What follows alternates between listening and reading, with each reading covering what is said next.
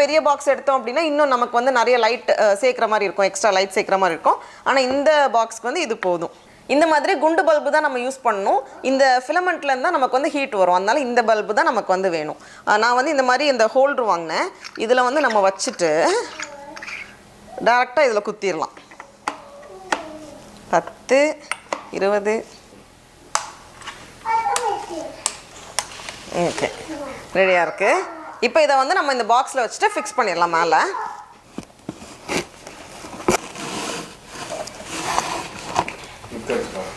இங்கே வச்சு பார்ப்போமா?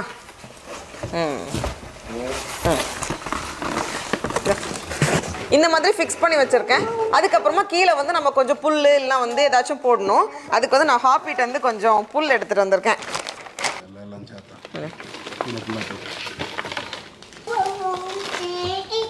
அதுக்கப்புறமா ஒரு பவுலில் நம்ம தண்ணி வைக்கணும். அப்போ தான் வந்து ஹியூமிடிட்டி மெயின்டைன் ஆகும். இல்லைனா வந்து முட்டையில் இருக்கிற மாய்ஸ்சர் வந்து அந்த சூட்டில் முட்டையில் இருக்கிற மாய்ஸ்சர் வழியை வந்து முட்டை வந்து ட்ரை ஆயிரும்.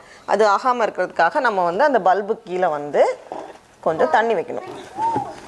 தெர்மோஸ்டாட்லாம் வச்சு பண்ணுறவங்க வந்து நல்லா இன்சுலேட்டடாக வச்சுருப்பாங்க.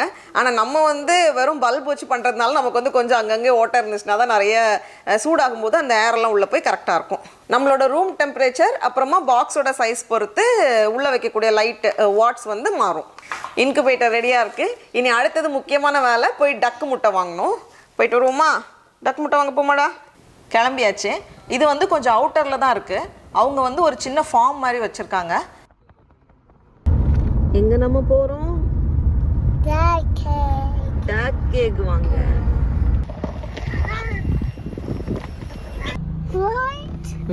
பாரு எவ்வளவு கோழி இருக்குன்னு. நிறைய டைப் கோழி எல்லாம் வச்சிருக்காங்க. இவங்க கிட்ட தான் நம்ம வாங்கியிருக்கோம். முக்கியமான விஷயம்